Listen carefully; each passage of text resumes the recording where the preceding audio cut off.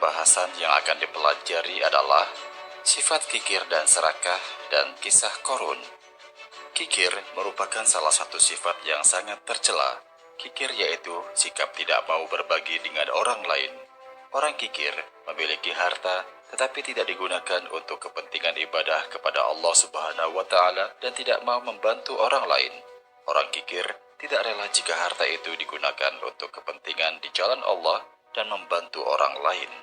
Harta benda yang kita dapatkan bukanlah hasil dari usaha kita sendiri, melainkan ada orang lain yang ikut terlibat dalam proses mendapatkan harta itu. Oleh karena itu, kita tidak boleh merasa bahwa harta benda yang kita miliki adalah murni usaha kita sendiri. Islam mengajarkan bahwa harta benda serta apapun yang kita miliki adalah milik Allah yang diamanahkan kepada kita. Jadi, di dalam harta benda seseorang itu terdapat milik orang lain.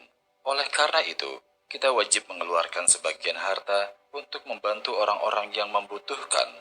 Orang kikir selalu merasa takut akan kehilangan harta yang dimilikinya. Ia curiga terhadap orang yang ada di sekitarnya. Ia beranggapan bahwa orang itu akan merebut hartanya, bahkan merasa ketakutan akan kehilangan harta itu sehingga tidak dapat tidur nyenyak. Serakah adalah salah satu penyakit hati, yaitu sifat selalu menginginkan sesuatu yang lebih banyak, walau harus mengorbankan orang lain. Orang serakah tidak peduli apakah cara yang ditempuh dibenarkan oleh agama atau tidak. Orang yang serakah selalu berusaha untuk memiliki harta serta kekuasaan. Orang yang serakah pada harta dan kekuasaan akan bersikap sewenang-wenang, tidak mengenal kawan ataupun lawan untuk dikorbankan demi mencapai ambisinya. Sifat seperti ini jelas akan menghancurkan dirinya sendiri dan orang lain. Sifat seperti ini akan membuat orang tidak suka kepadanya. Allah Subhanahu wa Ta'ala berfirman, Innal insana khuliqa halu'a idza massahu syarru jazu'a wa idza massahu khairu manu'a. Artinya, sungguh manusia diciptakan bersifat suka mengeluh. Apabila dia ditimpa kesusahan, dia berkeluh kesah. Dan apabila mendapat kebaikan harta, dia jadi kikir. Quran Surat Al-Ma'arij ayat 19-21. B. Kisah Qorun.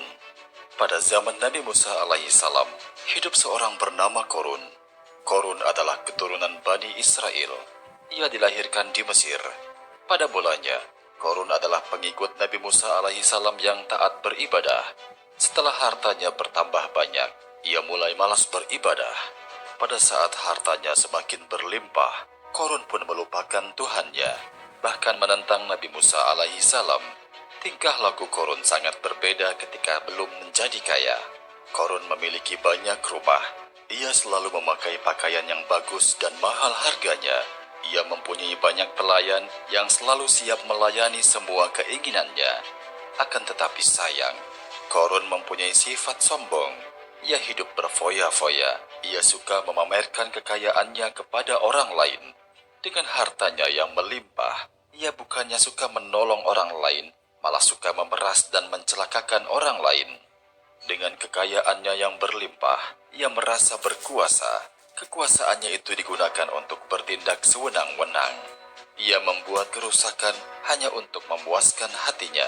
Qorun lupa bahwa harta yang dimilikinya adalah karunia dari Allah. Ia tidak pernah mengenal Tuhan lagi dan tidak mau pernah bersyukur lagi kepada Allah. Ia tidak mau mendengarkan orang yang coba menasihatinya agar selalu ingat dan bersyukur kepada Allah Subhanahu wa Ta'ala. Ia berkata dengan sombong, "Saya mendapatkan harta ini dengan kerja keras, bukan Allah yang memberi." Ketika Nabi Musa alaihissalam mengimbau untuk mengeluarkan zakat dan membagi-bagikannya kepada fakir miskin, Qorun tersinggung dan marah. Ia berpikir bahwa dengan membayar zakat, hartanya akan berkurang. Ia malah menuduh Nabi Musa sebagai orang yang iri kepadanya dan ingin memerasnya. Mendengar ucapan dan tuduhan Qorun kepadanya, Nabi Musa alaihissalam hanya mendengar dengan penuh kesabaran. Pada akhirnya, Nabi Musa alaihissalam berdoa agar Qorun diberi peringatan dan pelajaran. karena perbuatannya sudah sangat jauh menyimpang dari tuntunan agama. Doa Nabi Musa alaihissalam dikabulkan Allah. Tiba-tiba, tanah di sekitar bangunan istana dan gudang-gudang harta Korun berguncang dengan hebatnya. Bangunan itu lalu pecah dan retak. Semakin lama guncangan terjadi, semakin lebar dan dalam pula keretakan yang ditimbulkan. Kaki Korun terpeleset sampai lutut. Begitu juga kaki para pelayannya. Mereka menjerit-jerit meminta tolong kepada Nabi Musa alaihi salam. Mereka ingin bertaubat dan berjanji akan menjadi pengikut Nabi Musa alaihi salam. Sayang sekali, taubat mereka terlambat. Allah Subhanahu wa Ta'ala sudah menutup pintu taubat buat mereka. Akhirnya, Korun dan para pelayannya serta seluruh harta kekayaannya terbenam di telan bumi. Tidak ada seorang pun yang bisa menolong Korun. Korun mati terkubur bersama harta yang selalu dibanggakannya. Korun adalah contoh orang yang sombong, kikir, serakah, dan tidak mau bersyukur kepada Allah Subhanahu wa Ta'ala. Peristiwa ini diceritakan dalam Al-Quran, surat Al-Qasas, ayat 81 sebagai berikut. فَخَسَفْنَا بِهِ وَبِدَارِهِ الْأَرْضِ فَمَا كَانَ لَهُ مِنْ فِئَةٍ يَنْصُرُونَهُ مِنْ دُونِ اللَّهِ وَمَا كَانَ مِنَ الْمُنْتَصِرِينَ. Artinya, maka kami benamkan dia Korun bersama rumahnya ke dalam bumi, maka tidak ada baginya satu golongan pun yang akan menolongnya selain Allah, dan dia tidak termasuk orang-orang yang dapat membela diri. Quran Surat Al-Qasas ayat 81. C. Akhlak tercela yang dimiliki Korun. Untuk menghindari perbuatan tercela ini, hendaknya kita menghormati hak-hak diri sendiri, hak orang lain, hak hewan, alam, dan sebagainya.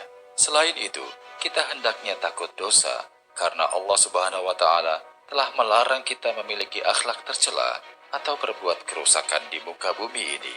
Dalam kehidupan sehari-hari, hal ini sering terjadi, sehingga dapat mengakibatkan timbulnya perbuatan tercela yang lainnya.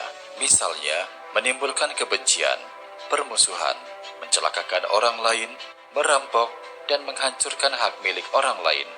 Akhlak tercela termasuk hal yang sangat berbahaya, karena bersifat lembut atau samar-samar, tetapi berdampak luar biasa. Akhlak tercela yang dimiliki Korun dan tidak pantas untuk ditiru yaitu sebagai berikut. 1. Mempunyai sifat sombong. 2. Hidup berfoya-foya. 3. Suka memamerkan kekayaannya kepada orang lain. 4. Tidak suka menolong orang lain. 5. Suka memeras dan mencelakakan orang lain. 6. Merasa berkuasa karena kekayaannya yang berlimpah. 7. Bertindak sewenang-wenang, membuat kerusakan-kerusakan hanya untuk memuaskan hatinya. 8. Bersifat cepat tersinggung dan cepat marah. 9. Tidak suka beramal atau bersodakoh. D. Membiasakan menghindari sifat kikir dan serakah. 1. Mempertebal keimanan. Allah telah menurunkan kitab-kitab dan rasul-rasulnya adalah untuk memimpin manusia, untuk menuju kebaikan dan menjauhkan keburukan. Akhlak adalah tiang pembangunan umat, rahasia kebesarannya, dan menjadi dasar dari kehidupan dan kebanggaannya. Jika baik akhlak manusia, akan baik pula lah semua perbuatannya dan akan harmonislah hubungannya, baik dengan Allah yang Maha Pencipta, dengan sesama manusia, dan dengan alam sekitarnya. 2. Menambah giat beribadah. Seperti diketahui bahwa ibadah wajib dalam Islam adalah sholat, puasa, zakat, dan haji. Tidak hanya untuk mendekatkan hubungan dengan Allah, tetapi juga mempunyai pengaruh terhadap pembentukan budi pekerti yang baik, seperti berikut. A. Sholat itu untuk mencegah kejahatan dan kemungkaran. B. Puasa dapat menjadikan seseorang memiliki sifat takwa. Takwa itu adalah suatu budi pekerti yang baik. Hakikat takwa itu mengandung 3 unsur, yaitu 1. Menjauhkan diri dari perbuatan-perbuatan yang dimurkai oleh Allah. 2. Menghindari perbuatan-perbuatan yang merugikan diri sendiri atau mendatangkan kemudaratan. 3. Menjauhkan perbuatan-perbuatan yang merusak atau merugikan orang lain. C. Berusaha hidup sederhana, yaitu membiasakan hidup qanaah dengan mencukupkan apa adanya dan mengendalikan hawa nafsu. D. Hindari khayalan-khayalan yang tidak berguna, seperti ingin jadi juara kelas, tetapi malas belajar, ingin menjadi orang kaya, tetapi malas bekerja. E. Menanamkan pada diri bahwa rezeki sudah diatur oleh Allah Subhanahu wa Ta'ala.